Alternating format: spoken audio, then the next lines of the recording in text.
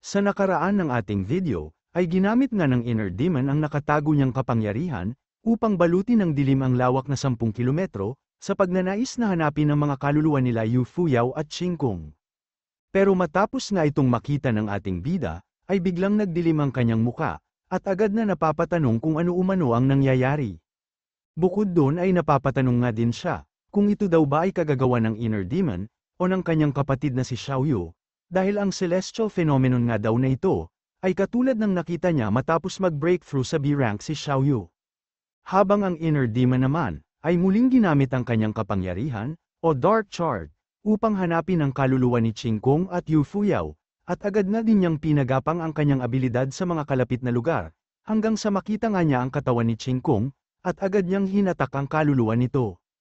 Sunod ay sinabi nga ng Inner Demon, na magpaalipin na daw sa kanya si Qing Kong, at siya na ang baalang tumupad sa mga pangarap ni Qing Kong, gayon na din ang paghihiganti na ninanais niya. Agad nga din niyang kinuha ang kaluluwa ni Qing Kong, at dito ay napapatanong ang Inner Demon, kung bakit mag-isa lang ito, sabay tanong na din sa kanyang sarili kung naglaho na daw kaya ang kaluluwa ni Yu Fuyao, at kung na-reincarnate na siya kaagad, matapos niyang pakawalan ang kanyang obsession kay Lu Shen, gayunpaman ay sapat naman na daw ang kaluluwa ni Qing Kong. Pero bigla nga din siyang nagulat, matapos niyang maramdaman na mabilis patungo sa kanya sila ni Yeting, at agad na ding hinagis ni Carol ang kanyang sibat, ngunit ang kaluluwa nga lang ni Qing Kong ang kanyang tinamaan, habang si Yeting naman, ay inatake ang tauhan ng Inner Demon na laging may hawak sa lampara. Kaya naman agad ding napapatanong ang Inner Demon, sa kung paano umano ito nangyari, dahil maliban sa holders ng Star Chart at Dark Chart, ay dapat umano ay nawala na ang lahat ng pandama, gayon na din ang paningin nila. Tama ka dyan, wika naman ni Xiaoyu, at isang tao nga lang daw ang maaaring makasira sa kanyang ginawa, at ito nga ay walang iba kundi si Xiaoyu, na kasalukuyang holder o nagmamayari ng Dark Chart, at dahil sa nasapik nga lang daw ng maestro level ang antas ng cultivation niya, ay hindi siya kasing lakas ng Inner Demon sa paggamit ng Dark Chart. Kaya naman pansamantala lamang daw niyang naibalik ang paningin at pandaman nila ni Yeting at Carol gamit ang buo niyang lakas. Pero ang panandalian ng pagbabalik ng kanilang paningin at pandaman ay sapat naman na upang mawasak ni Yeting ang ginawang tila barrier ng Inner Demon.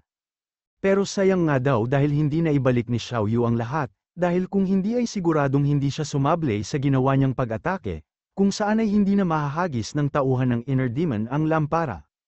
Pero sinabi naman ni Zujin na ayos lang naman daw yun, di ba? At dahil sa nahulog nga ang lampara, at wala na din ang tauhan niyang humahawak nito, ay hindi na makakatakas o makakaalis pa ang Inner Demon, at pansamantala nga ding nagkaroon ng katahimikan. Hanggang sa bigla nga itong napatingin sa itaas, matapos niyang maramdaman ang pagdating ng ating bida, na sinabing isang tunay na wolf fox daw pala ang Inner Demon.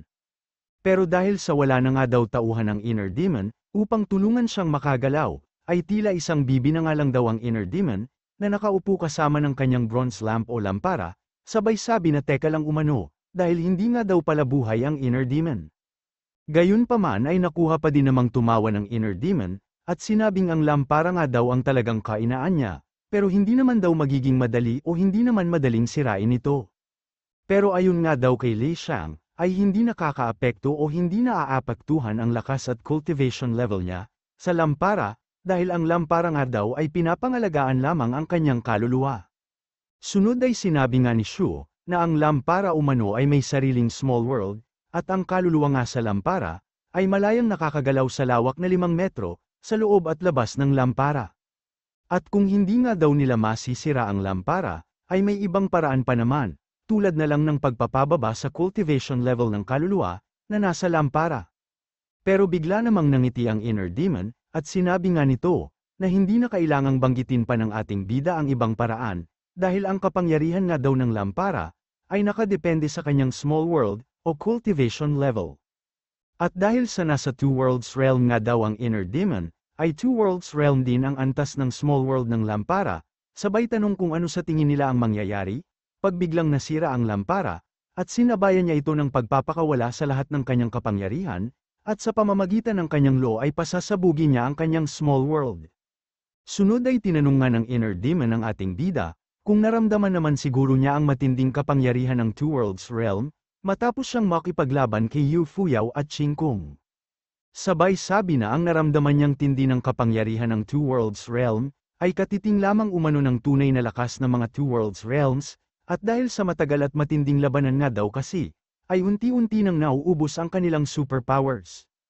Pero iba nga daw ang inner demon sa kanila, dahil sa laban niya kila ni Yeting, ay ang kanyang mga tauhan ang gumagamit ng superpowers, kung saan ay halos wala nga daw nabawas sa kanyang lakas, kaya sa tingin daw ba ng ating bida, ay kakayanin ba ng kanilang mga katawan, na tanggapin ang isang malakas na pagsabog, mula sa Two Worlds Realms na cultivator. Pero pinakyo lang naman siya ni Lu Shu, at habang masyado nga ang gulat at pagtataka ng inner demon, ay natatawa naman si Shu, habang sinasabi na alam umano niyang nais lang mag-buy time ng inner demon, kaya gumagawa siya ng kung ano-anong mga dahilan, upang magmukha siyang astig at gwapo. Sunod ay sinabi nga din ni Shu na maniniwala na daw sana siya sa inner demon, kung hindi niya alam na wala namang magiging epekto ang kapangyarihan ng Dark Chart sa holder ng Star Chart o nagmamay-ari ng Star Chart. Kaya naman naisip ng inner demon na nabisto daw siya ng ating bida, pero ayos lang naman daw ito dahil ang mahalaga ay makapag-buy time siya, hanggang sa tuluyang mabuo ang kaluluwa ni Ching Kong sa kanyang Dark Chart. At pag natapos na nga daw mabuo ang kaluluwa ni Ching Kong, ay tiyak na magkakaroon siya ng pag-asang bumaliktad ang kanilang laban, kaya naman daw hindi na niya kailangan pang magpigil, o palihim na tipunin ang kanyang kapangyarihan upang mapabilis ang pagkabuo ni Ching Kong, sabay sabi na nais daw niyang makita, kung talaga bang kakayanin pa din siyang labanan nila ni Yeting matapos nito. Sunod ay tinanong nga ng inner demon, kung paano naman daw ang kanyang mga sandata, sabay tanong kung kakayanin pa daw ba ng mga sandata niya, na sagupain ang lakas ng Two Worlds Realms. Pero tinanong lang naman ni Shu, kung tama ba siyang nais pa din siyang patayin ng inner demon, matapos na makarecover ang kanyang kaluluwa, sabay sabi na wag daw kalimutan ng inner demon, na ang kanyang mga sandata ay maaayos at magbabalik sa dati, matapos niyang ibalik ang mga ito sa loob ng kanyang star chart. Agad na din niyang binaril ang inner demon, at sinabing ang mga kaluluwa umanong meron siya, ay tila mga lobong puputok lamang ng dahil sa pag-atake niya, at sa pagkakataong yun nga daw, ay wala ng Yu Fuyao at Ching Kong na magagamit ang inner demon, upang sirain ulit ang mga sandata niya. Pero biglang ang inilabas ng inner demon ang buo niyang lakas, kaya naman masyado ang gulat ng ating bida, matapos niyang makita na nagkaroon ng isang barrier, na nakapalibot sa inner demon at lampara. Matapos nito ay sinabi nga ng inner demon, na nais umano niyang makita, kung sino sa kanilang dalawa ang mas mabilis makarecover, sabay sabi na hanggat hindi umano siya nakaka-recover, ay walang sino man ang makakalapit sa kanyang lampara. Pero biglang ang nagdilim ang muka ni Lu Shu, at kasabay ng paglabas niya sa kanyang kapangyarihan, ay sinabi niyang nagpupumilit pa din talagang makasurvive ang inner demon. Sunod ay mabilis ngang sumugod ang ating bida sa inner demon, at dito ay sinabi niyang mas may dignidad pa umanong namatay si Ching Kong, kaysa sa inner demon, na nais pa sanang sumagot, pero hindi na nga siya nakapagsalita pa, matapos na damanak ang dugo. At bigla nga ding natulala si Lu Shu, matapos niyang makita na bago pa siya makapaglunsad ng pag-atake, ay nasaksak na ni Yeting ang inner demon, gamit ang espada niyang may abilidad na pababain ng cultivation, ng sinumang masugatan nito.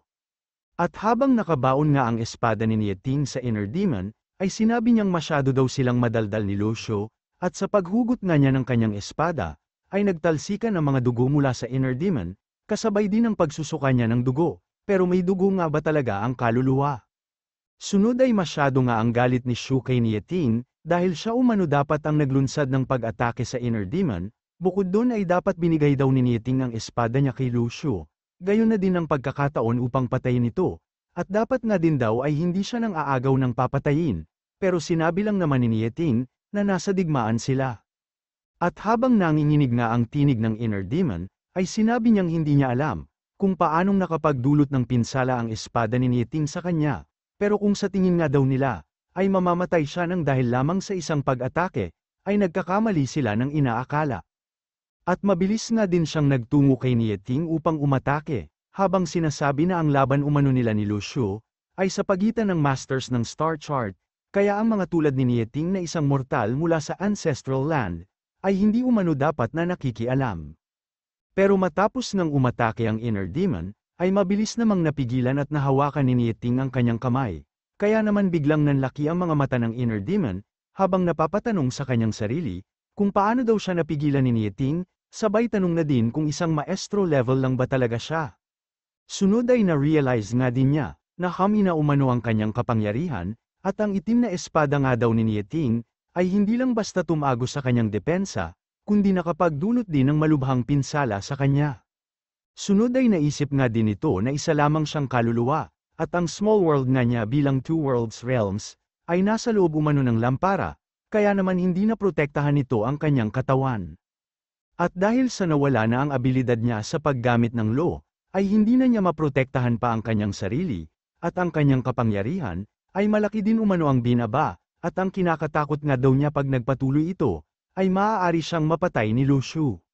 Sunod ay sinabi nga ni Shu, na ginamit daw ni Nieting at Zujin ang dark chart ni Xiaoyu, upang ipagbigay alam sa ating bida, na ang kanyang itim na espada ay may kapasidad din, upang pababain ang cultivation level, ng mga two worlds realms. At hindi nga daw lubos akalain ng ating bida, na ang espadang walang pangalan ay may ganitong kapasidad, kung saan ay kaya din niyang hiwain ang anumang bagay, at dahil sa mukhang interesado nga si Shu sa espada ni Nieting, ay agad niyang tinanong kung saan ito nakuha ni Nieting.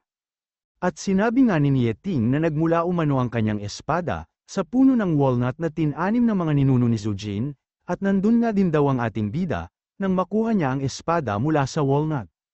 Pero bigla namang tinanong ng inner demon, kung tapos na daw ba silang mag-usap, sabay sabi na hindi pa daw siya patay, kaya naman agad na nagtungo sa kanya ang ating bida, at habang naglilinis nga ito ng kanyang tutuli, ay sinabi ni Shu na may lakas pa daw pala siyang sumigaw, sabay sabi na nakakainggit naman umano ang mentalidad niya. Dahil kung ang ating bida nga daw ang nasa sitwasyon niya, ay tiyak na iisipin na niya kung paano siyang naisahan, at kung paano siyang umabot sa puntong ito, pero tinanong lang naman ng inner demon kung ano daw ang sinasabi ng ating bida. Sunod ay sinabi nga nito, na ang naisahan, pinagtaksilan, ang naligay sa sitwasyon na wala siyang magawa, ay walang iba kundi ang dating hari na si Lu Shen, na siya din katauhan ng ating bida sa nakaraan niyang buhay. Pero sinabi naman ni Shu na alam nilang lahat, na ang kamatayan ay hindi nangangahulugan na doon na nagtatapos ang lahat, dahil maaari nga din daw itong maging simula, ng panibagong kwento o yugto ng kanilang buhay. Sunod ay sinabi nga ni Shu, na totoo umanong naapektuhan ng heart demon si Lu Shen, at yun ang nagbigay ng pagkakataon sa inner demon, upang mamanipula niya ito nang hindi nalalaman ni Lu Shen, at dahil sa ilang pagkakataon nga daw na nagtagumpay ang inner demon, ay tumaas ang kumpiyansa nito sa kanyang sarili, na kalaunan ay makukuha niya ang katawan ni Lu Shen, at ma-enjoy ang lahat ng meron siya. Pero ganun nga daw ba talaga ang pangyayari, dahil ayon nga daw sa narinig ni Shu mula kay Wen Zaipi, ay hindi alam o naaalala ng inner demon, na si Wen Zaipi ay may kakaibang pangangatawan, kung saan ay hindi siya naaapektuhan ng mga slave marks. Pero tinanong lang naman ito, kung bakit kailangan pa niyang alalahanin, ang mga walang kwentang bagay, at kung puro pagpapalagay o haka-haka lang daw ang meron si Shu, ay masyado siyang nakakatawa. Pero sinabi naman ni Shu na mayroon pa umano, dahil matapos nga daw sabihin ni Yu Fuyao, na nabubuhay pa ang inner demon hanggang sa ngayon ng dahil sa lampara, at hindi dahil sa soul-stealing technique, ay alam na daw ng ating bida na ang personalidad at alaala nila ni Lu Shen, ay madaming pinagkaiba. Pero bakit naman daw aagawin ng inner demon, ang katawan ng isang sanggol na wala namang cultivation, dahil hindi naman daw siya ang dapat na muling magsimula. At ayun nga daw sa orihinal niyang plano, ay dapat kukunin ni Yu Fuyao ang star chart at ibibigay sa kanya, matapos na muling isilang ang ating bida, at ang dapat nga lang daw niyang gawin noon, ay pansamantalang manatili sa lampara at muling magkaroon ng pisikal na pangangatawan. At hindi nga daw niya inaasahan noon, na kailangan palang mapagliwanag ang pang-anim na nebula ng star chart, bago ito kuhanin o makuha ng iba. At dahil sa walang sumubok na kumuha sa star chart ni Lu Shen, ay normal lang na hindi din niya alam ang tungkol dun. Kaya naman tinanong ni Shu kung bakit wala na siyang ginawa noon, sabay tanong kung bakit hindi niya ginamit ang soul-stealing technique, upang maaga niya ang katawan ng ating bida nung sanggol pa lamang siya. At sinabi nga nito na nagkaroon sila ng kasunduan ni Yu Fuyao, kung saan ay napagplanuhan na din nila ang lahat, upang mapagliwanag ni Shu ang pang-anim na nebula, matapos siyang bumalik ng Luniverse. Isa pa ay ayaw nga daw niyang mawala ang kanyang cultivation, upang mas madali niyang makuha ang star chart kay Shu, at matapos nun ay ibibigay ang ating bida, kay Duan Mu Huangqi. Kaya naman sinabi ni Shu na masyado siyang stupido, dahil kung hindi nga daw niya ninais na manatili ang kanyang cultivation, na Two Worlds Realms, at ginamit na lang kay Shu ang soul-stealing technique nung sanggol pa siya, ay hindi na sana naging limitado ang mga kilos niya. At kung mas nagtiwala nga lang daw sana siya kay Yu Fuyao, at hindi ginamit si Yu Fuyao at Qing Kung upang ubusin ang lakas ng ating bida, kung saan ay hindi sana siya nag-obserba lamang at naghintay ng pagkakataon, upang makuha ang star chart ng ating bida. Ay malamang na si Yu Fuyao pa umano, ang maglalakas ng loob upang iligtas at ilayo ang inner demon sa kanila, nang sa ganon ay humaba pa ng konti ang kanyang buhay. Kung hindi nga daw sana arogante at mataas ang kumpiyansa ng inner demon sa kanyang sarili, at kung hindi niya iniisip na alam na niya ang lahat, patungkol sa star chart at nature ng mga tao, ay malamang sa ang ating bida umano, ang nasa kalagayan niya ngayon, pero madami nga daw ang mga malalaking pagkakamali, na kanyang nagawa sa pagpaplano.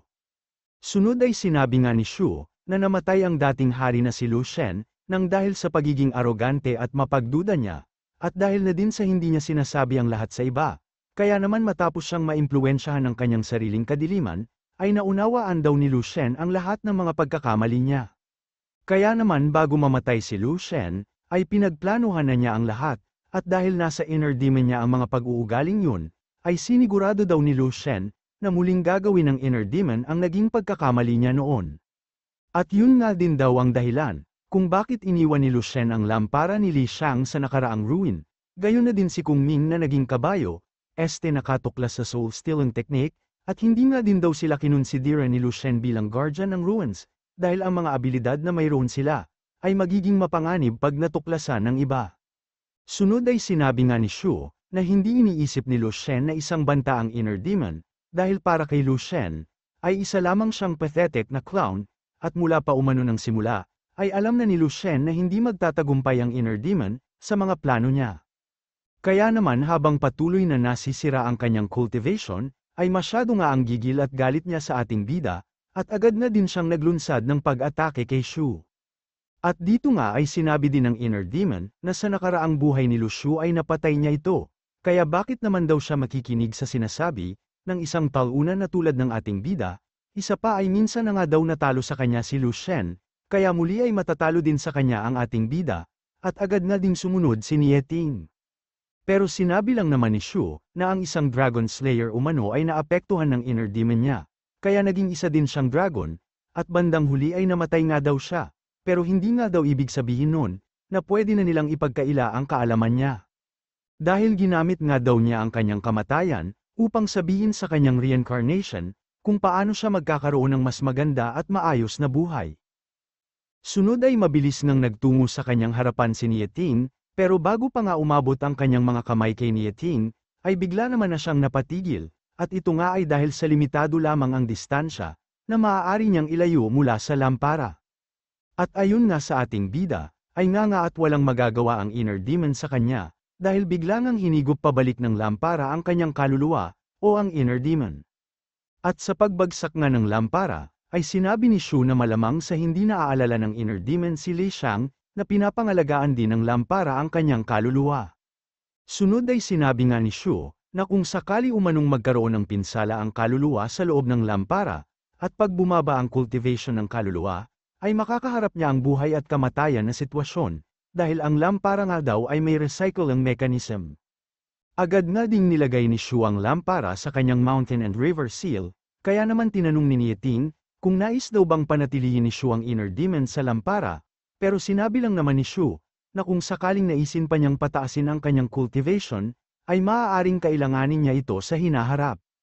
Sunod ay sinabi nga ng ating bida, na ang pagka-trap at puwersahang pangangalaga umano ng lampara, sa kaluluwa ng inner demon, ay hindi daw ba magandang kaparusahan na ito, na mas malala kumpara sa kamatayan o agarang kamatayan ng inner demon, na masyado ang inis habang nasa loob ng lampara, at nagbigay nga siya ng negative points sa ating bida.